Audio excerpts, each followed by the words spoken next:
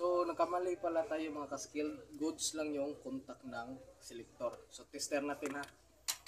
Dito sa common. Tapos dito sa switching. Goods. Pangalawa. Pangatlo. Walang connection tong number 4. Yan o. Yan. Wala siya. So dito tayo sa thermostat. Dito sa switching terminal niya. O di ba wala? Wala, di ba? So try nating ipagpag. Yon, daming laman.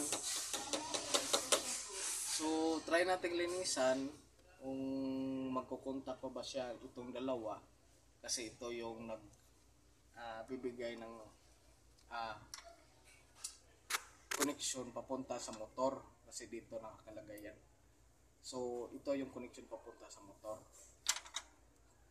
Kung walang hindi mag-connect itong dalawa, hindi talaga andar yung compressor. So try natin linisan.